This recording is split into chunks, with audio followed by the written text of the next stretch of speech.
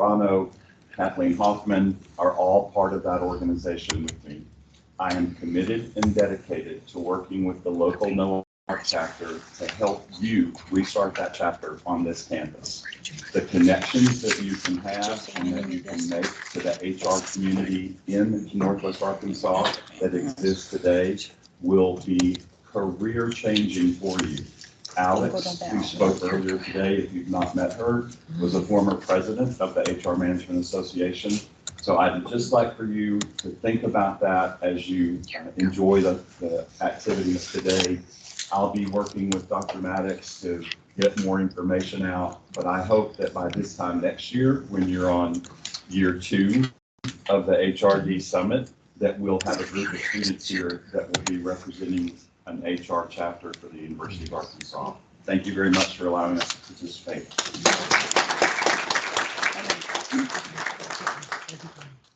I would now like to introduce Dr. Matthew Gosney, who is a graduate of the UARK doctoral program, the HRD doctoral program, and currently serves as Vice President of Organizational Development and Learning Services for UC Health, for those of you who did not have the pleasure of sitting in on his very informative session.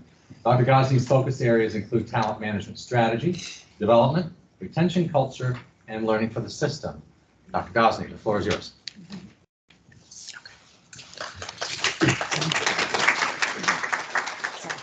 Thank you, gang. So good to be here. You know, as a doctoral student, it was a virtual program, which was incredibly helpful for me, but it means that I didn't get to spend a lot of time on campus. But I did spend time in this building. There's a couple of times that I've been in this building.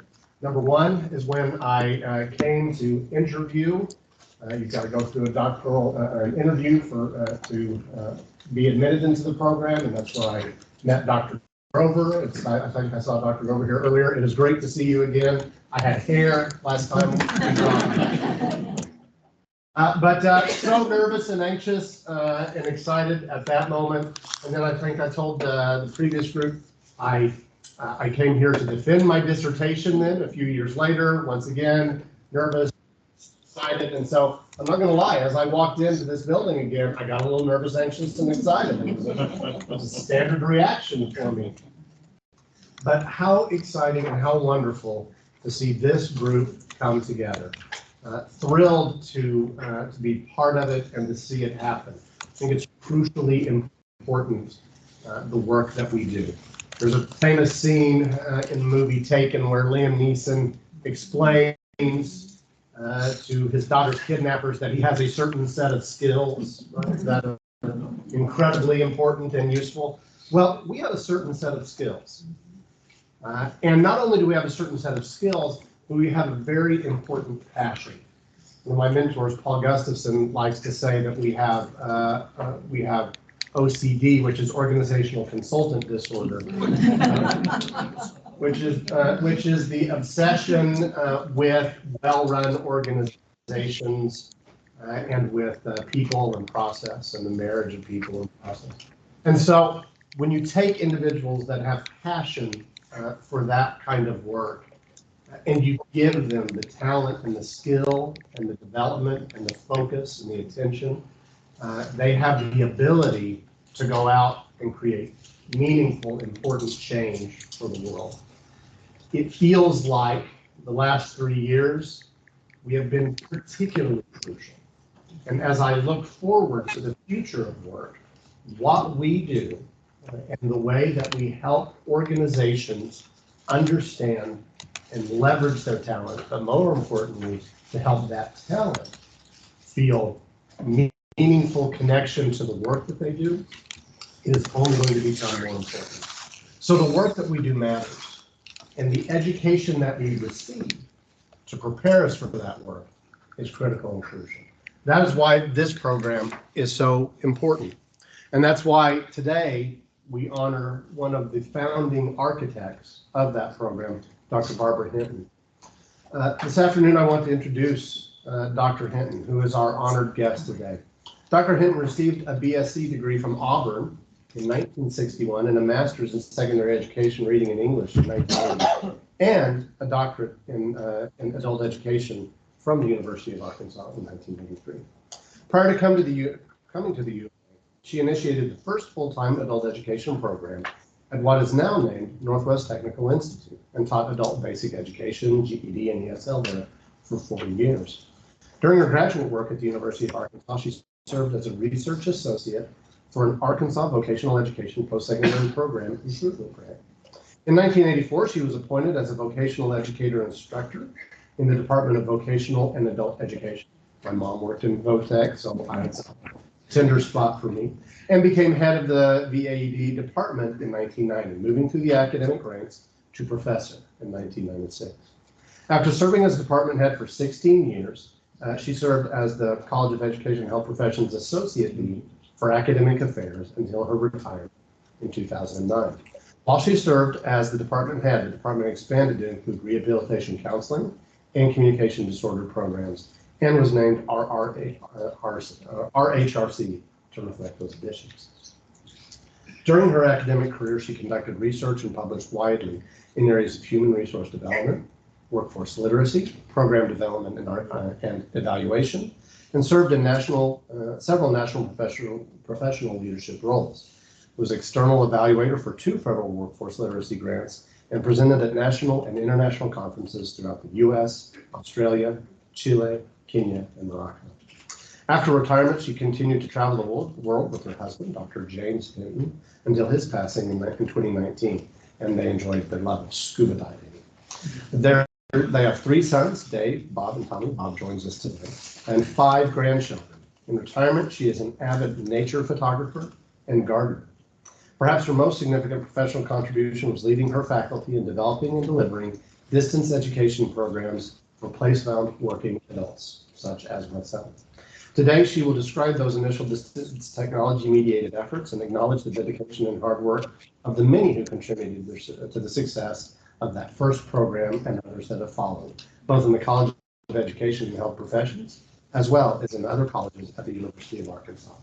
Please join me in welcoming Dr. Barbara Hinton.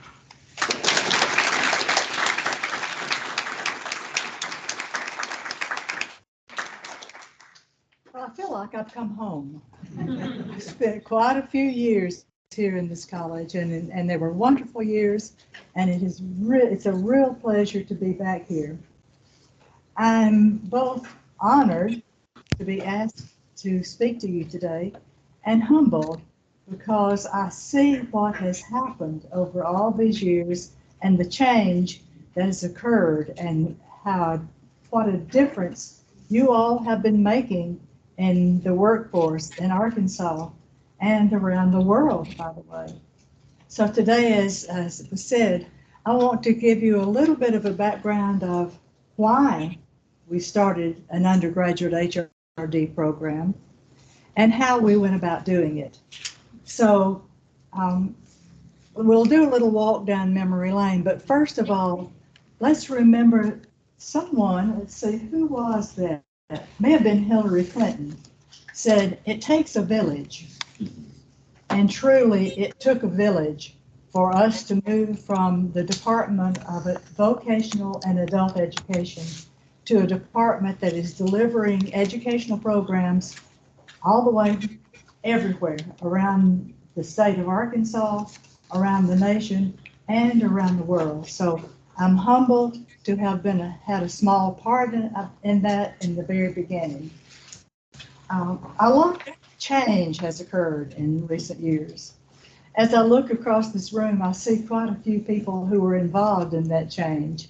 I see a grin on Bobby Craig's face because he and I have laughed several times about some of our early efforts that I will describe later on. So help me for a minute. What has changed in the workforce in the 90s and 2000s? Anybody know? Has technology made an impact? Yeah. Has the way work is done changed? Have the structures within a business or an organization changed? What's happened with the structures? They flattened, haven't they? So not only was there change in our department within change of name, change of programs, but also change in the state as community colleges. You know, at one time, we had 22 VOTEC schools and community colleges across the state, and in many times and places, those were across the street from one another. But during the 90s and into the 2000s, many of those became one community college. So the way education became delivered changed. Now, we named our program the Undergraduate HRD Degree Completion Program. And I expect you know a little bit about HRD. But HRD came into its own, I would say, in the late 90s and the early 2000s, when change was occurring in the way work was done, the way education and training was delivered, and what was expected of the worker themselves. So HRD, if you really want a comprehensive history of where HRD came from and how it has developed through the years, I'm going to give you a reference. It is a book called The Foundations of HRD. It's by Swanson and Holton, Derek Kohler and Kohler Publishers. And it's about 500 or so pages. It's still in print, but you can also just download it and print it from a PDF file if you'd like to. But it gives a time frame of from the very beginning of the time of Socrates and Plato and how work was being done and how education and training was being done up until modern day. So I really recommend that you add that particular book to your library. So what we saw in the 60s were contributions from people like Kirkpatrick, Baker, Nadler, Knowles. In fact, the Department of Vocational and Adult Education had the opportunity to have Dr. Malcolm Knowles be one of our adjunct professors the last few years of his life. He retired and moved to Fayetteville, Butterfield Trail Village, and spent his last, I guess, a year and a half or 2 years as part of our faculty. What an honor it was, because as you know, he was known as the father of adult education. And what is that word that he coined about how adults learn? Andragogy. You got to try that. He defined andragogy as the art and science of helping adults learn. And so our adult education faculty knew all about that. Our vocational education faculty knew all about criterion reference testing, about competency-based teaching and learning. And so those two areas have over the years merged into what we now have as strong HRD programs. So nationally, at that time, I representing our department, was a member of the University Council for HRD, made up of 14 different major research institutions. And we merged with the professors area in the ASTD. And in, let me sure I got the date right, 1993, we formed the Academy for Human Resource Development. And the Academy for Human Resource Development is a major research organization, publishing research. I see smiles on people's faces. How many of you are aware of the Academy? Let me see hands. Perfect. So as I was preparing this today, I was thinking about what was happening in the state with the merger of community colleges and VOTEC schools. I was thinking about what was happening nationally with the Academy and the emergence of HRD as a legitimate area of study and research. And I wanted to give you some examples. The introduction mentioned the fact that I had worked with a couple of workforce literacy programs. The federal government in the 90s put some money into national workforce literacy programs, which meant business and industries were actually bringing adult educators in and helping them work with their frontline workers who were being asked to be their own supervisors. I recall the Chrysler UAW operation in Huntsville, Alabama, made the computer boards for Saturn. Anyone remember Saturn cars? They made the computer boards. Suddenly, as their organization was changing, frontline workers were given the responsibility to stop the line. If a widget was not right, they had the responsibility to stop that line, and that was absolutely new. In order to stop the line, they had to then explain to the person behind them why they were stopping the line, because it was a no-no to stop the line. I recall that Michelin Tire Company in Dothan, Alabama, removed their line supervisors. They no longer had supervisors. They empowered their workers to be their own supervisors, and those workers made the schedules. They were cross-trained. They scheduled vacations, management level responsibilities. And so that kind of thing was happening all across the country. So knowing that we had a faculty that understood also that there were people in this state of Arkansas who were place-bound. They couldn't leave their job. They couldn't leave their families and come to the university, but they wanted a University of Arkansas degree, and they wanted the skills and knowledge to flourish in the new world of work. So, given all of these changes and the needs that we recognized as a department, my faculty recognized, we knew something needed to change in the department. So in I'm not good with dates, so I have to cheat to look at the dates. In 1989, I had an opportunity to make a presentation in Adelaide, Australia, at a conference, and there I attended some other presentations. And I heard about an HRD degree completion program that was being offered by the University of Canberra. So I asked more questions about that. Turned out it was for working adults, full-time working adults. It was a degree completion program delivering the last 2 years of a 4-year degree. People had to have work experience, and they were offering it, I think maybe with some TV and maybe some telephone, but it was low-level technology. But they would bring these people in for summer schools, weekend things.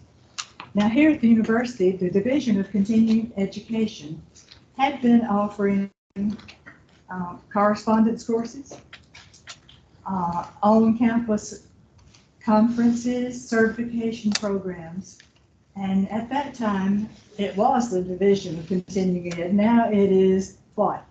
Global Campus. But the leader at that point was Dean Donnie Dutton, who had been my advisor as an adult education doctoral student. And so I talked to him about this possibility, and he thought, yeah, it sounds like a good thing. So I came back from Australia, and I talked to some key people and talked to faculty, and so they said, you know, this sounds like a good thing. And so we got started. And so, could you put that slide up? Okay. This is where I can see it. This is an e-learning program development model that we used. I wanted you to know that we didn't just say, hey, let's do it and experiment. We went about it in a very methodical way. And the first important thing we did was a needs analysis. So if you're going to sell a program, you have to have data that shows that there is a need for your program, because this was going to be an expensive program. There was no funding for this program. As I go, I'm not going to go through, by the way, not the next hour and a half, I will not give you minutiae about each of these steps. So you can just relax, that's not going to happen. But it's very important to know that we did a needs analysis and we had numbers. We were able to get addresses of working adults in the state of Arkansas who did not have a degree. And so that gave us data. Yes, there was an interest, yes, there was a need. And so that's where we started. We were able to bring a consultant in from the University of Canberra, Dr. Sofo, who helped us with both program design and curriculum design. And the VAD faculty jumped right on it. It was amazing to see how excited they were with this new opportunity. Our delivery system design, we started, as I mentioned, with Bobby Craig.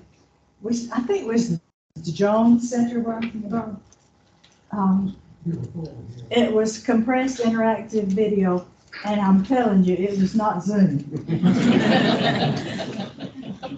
But they let us use their system, and some of the community colleges also had a system, and they agreed to host us. Now, all of this didn't happen step by step. Some of it was concurrent planning and work.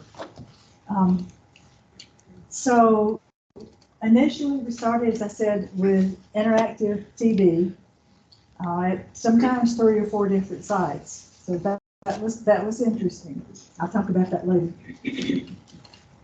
Program approval was an interesting process. When I say interesting, it's sort of like what your kids said about spinach or whatever. So, in order to get something through this whole complex system, you start with the faculty. And the faculty jumped right on it, as I said. And then you go to the college level. And I remember meeting with the Dean of the College of Education and Health Professions and Donnie Dutton, the then Dean of what was then the Division of Continuing Education, to discuss how are we going to do this. We need to know what the delivery system is going to be like. How can we go about this? So it was, what we're on the first floor now, it was upstairs in the big Dean's office. And those 2 guys sat there, and I did my spiel. I told them, here's the dog and pony show. Here's what we want to do. Gave them the needs assessment, that sort of thing. So the issue came up with, now let's see, you want to schedule a 2-year rotation of courses and have students walk through. What if everybody drops out except 2 students? We'll have to continue to offer that 2-year rotation. Who's going to pay for that? Who's going to, how is this going to work? Well, who's going to take the chance? So I sat there and listened back and forth and back, and finally I said, okay guys, I'm going downstairs. I've got some things I need to do. When you all make a decision, somebody come and let me know. So some of you may not remember Dean Donnie Dutton, but he was dramatic. So I'm sitting there at my desk doing my work, and here he burst into the room, slams his hand down on my desk and says, oh, hell, Hinton, I'll take the chance. And he did. He later told me it was the best thing that had happened to his programs in a long time. It made a big difference because it turned around people coming on campus to get training going to them. So the other thing, next step then was had college approval, had department approval, I had college approval, but then I had to go in front of the whole university faculty council. Now the faculty council is representative of every college within the university. So again, I had my dog and pony show, had a PowerPoint presentation, and I made that presentation, and before long, some professor from history stood up and said, "You mean to tell me somebody can get a degree from the University of Arkansas and never set foot on campus?" Heresy. Yes, sir. I said it in my best Southern accent. Yes, sir. That's what I mean. So, faculty council voted and approved it. Then it had to go to the State Board of Higher Education. And when we got there were a few questions. Mainly, is this going to be a program that supports athletes? No. This is a 2-year degree completion program for working adults, people who are already in the workforce. So no, it's not anything to support the athletic program, which, I'm not touching that. So we had to move into the partnership development, a really important component of this whole process. See how I'm doing on time.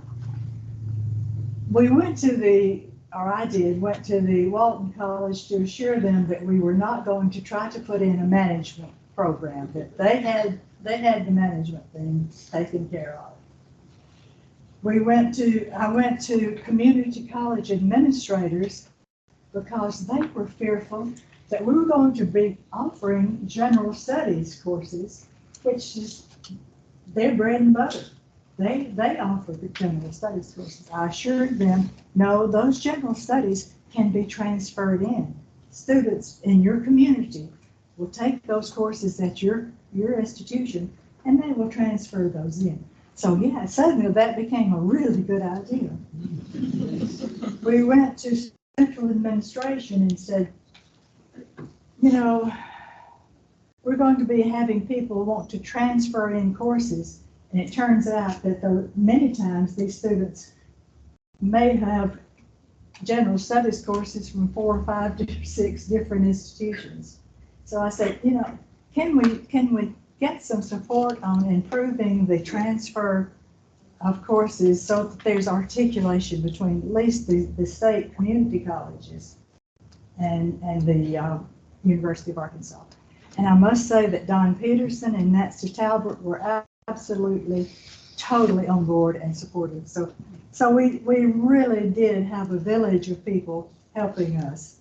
Marketing and recruitment was easy. People in those community colleges were ready to move on beyond their 2-year degree. And as we were successful, then President Alan Sugg, Systems President Alan Sugg, became one of our biggest cheerleaders because he would go to the community colleges for the associate degree graduations, and he would be swarmed by people who were saying, "We hear we can get a degree from the University of Arkansas. We're still staying with our job and taking care of our family in our hometown." And then when they got graduates, they were always thanking him for bringing this 2-year program there. So it really was not a problem. Word of mouth became our best, as you know, the best marketing. So I taught first 2 or 3 years before our department doubled with rehab and speech path joining us. And the dean said, you probably just need to not teach anymore. But while I was teaching those courses, we were still doing compressed interactive video. So we would meet on Friday nights and on Saturday mornings. And we had students who were transferring in, I don't know, I mean, I was trying to advise students, I was trying to be department head and trying to teach these courses all at once, and the advisement was killing me. Just really awful. So, Continuing Ed was able to, Global Campus, was able to allow us funding from the program that the program is bringing in to hire our first full-time advisor, Phil Gert, who is sitting, hold up your hand, Phil. Phil saved our life. He became our first full-time advisor. And we had a dedicated secretary who kept up with all that, Sandra Ward. Is Sandra here today? There she is, way back there. So between Phil and Sandra, life became much, much simpler because they took care of all that student advisement, hand-holding of the students concerned. The other thing that I'm forever grateful for, Continuing Ed or now Global Campus, is at that time, our now leader for the Global Campus was a professor in the educational technology program here in this college, Cheryl Murphy. Hold up your hand, Cheryl. So she was busily preparing instructional designers. Excuse me. So we had support, and I think Bobby Craig and Elaine Terrell, weren't the two of you our first instructional designers? Yeah. Hold up your hand. I need to get a one.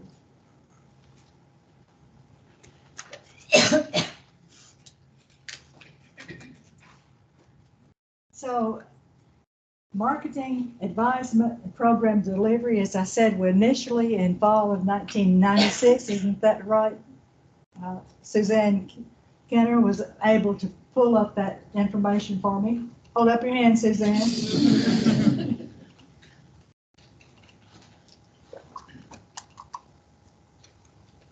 And so we sort of struggled with weekend classes. Phil organized bringing students in once a semester, so they actually did come on campus. And then we gradually moved into online. As someone said, they hate to use the word backbone, but as the backbone of the technology in the state improved, we were able then to move gradually into online programming. And I think Bobby Biggs may have been the first person who put her course online. Is that right? Instructional designers, confirming my memory. So thank you for that. So that's where it started, and that's where it has gone from there. So I pointed out a few of those of you who started this particular program. And I have to tell you that this village was absolutely essential. These members of this village were really the ones who made this program work. Yes, it was a nice idea that was stole from Australia. Yes, HRD was taking hold around the country.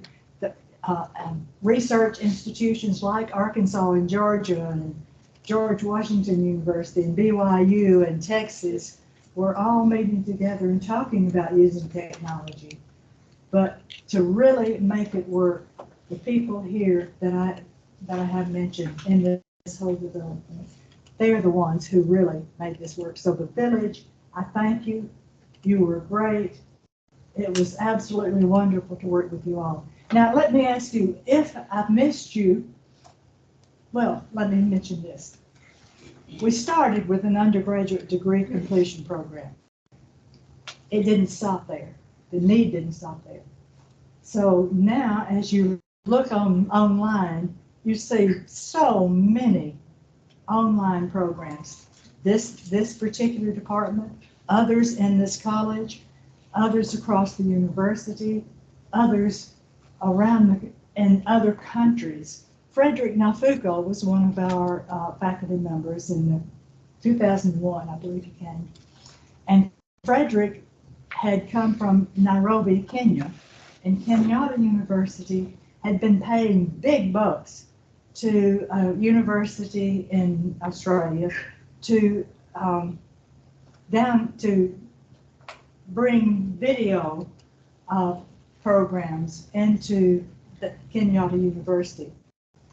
We went with Frederick back to Kenyatta University and explained to them how they could do their own and how they could, at that time, everyone in Kenya had a cell phone. So the technology was there. And so Frederick worked with that particular faculty there, and they now broadcast their programs online all across the country. So you've impacted, yes, the state of Arkansas. You've impacted how instruction is delivered here from this college and this department. But you've also impacted other countries, other states. I looked at the reviews online of some of your programs, and I saw someone from Italy praising what you all are teaching online. So great job. I thank you. Outstanding work. If you have been part of any of this whole process, just hold up your hand or stand up. Let's have you stand up.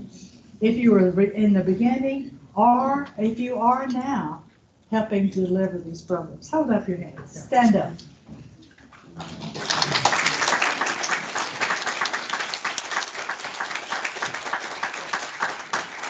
So I'm going to have about 5 minutes. Is that right? Yeah. So does anyone have a question? Did I talk too fast? Okay, thank you so much. Yeah. I don't have a question, but I just want to say this is the first time I've heard about this program, and I think you're awesome. You might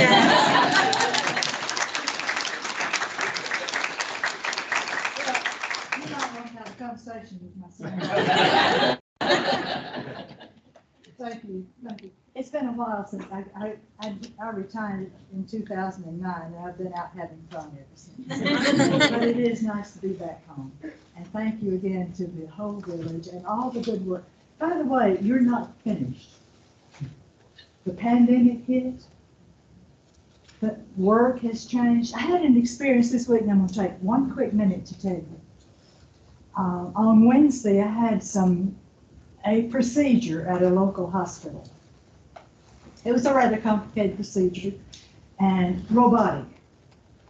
And I mean, everything worked like a charm. It was a well-oiled wheel. Everything, well-oiled machine. Everything was just step by step. Couldn't have been happier. I'm here today feeling good. About 2 hours, well, 2 hours and a half before time to be dismissed, there was a snafu. The person, an LPN, Judith, I'm not sure what generation, but she was about 19 or 20 maybe. Traditionalist, 19 or 20. She failed to come take the IVs off my arm and hand and bring the papers. So, no. Shy as I am, I didn't call and say, what's going on? Where's my paper so I can sign and come get these things off my hand? But 2 hours later, I did. And she said, oh, well, nobody told me your ride was here. I said, I told another person, my ride would be here in 10 minutes, and my ride was there in 10 minutes. Sitting in the car, Bob, waiting for 2 hours. Not Bob, but my daughter. So it came to me that somehow there was a need for some HRD work. So, frontline workers are a different thing nowadays. Entry-level workers are a different thing. So your work's not done. Just keep up the good work. And thank you so very much.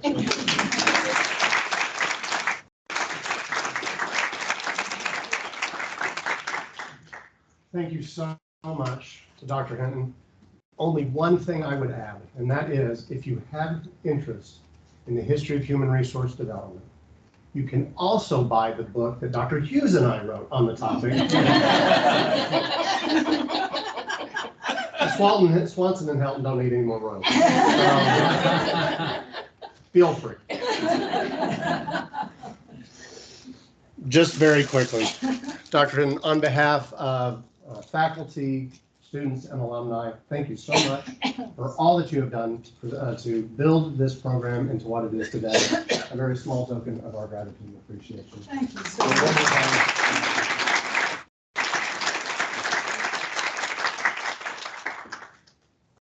I'd like to remind everyone that our next session will begin at 1:25 in the auditorium.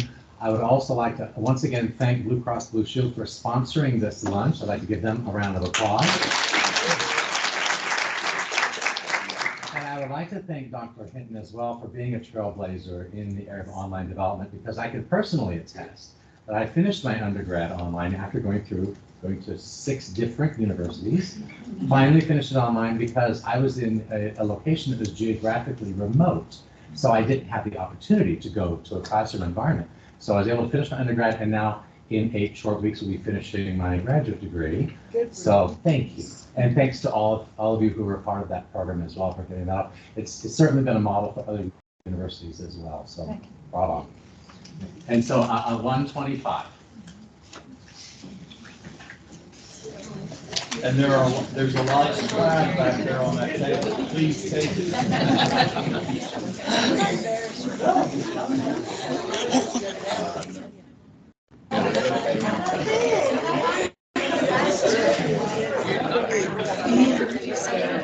Can you stop that recording?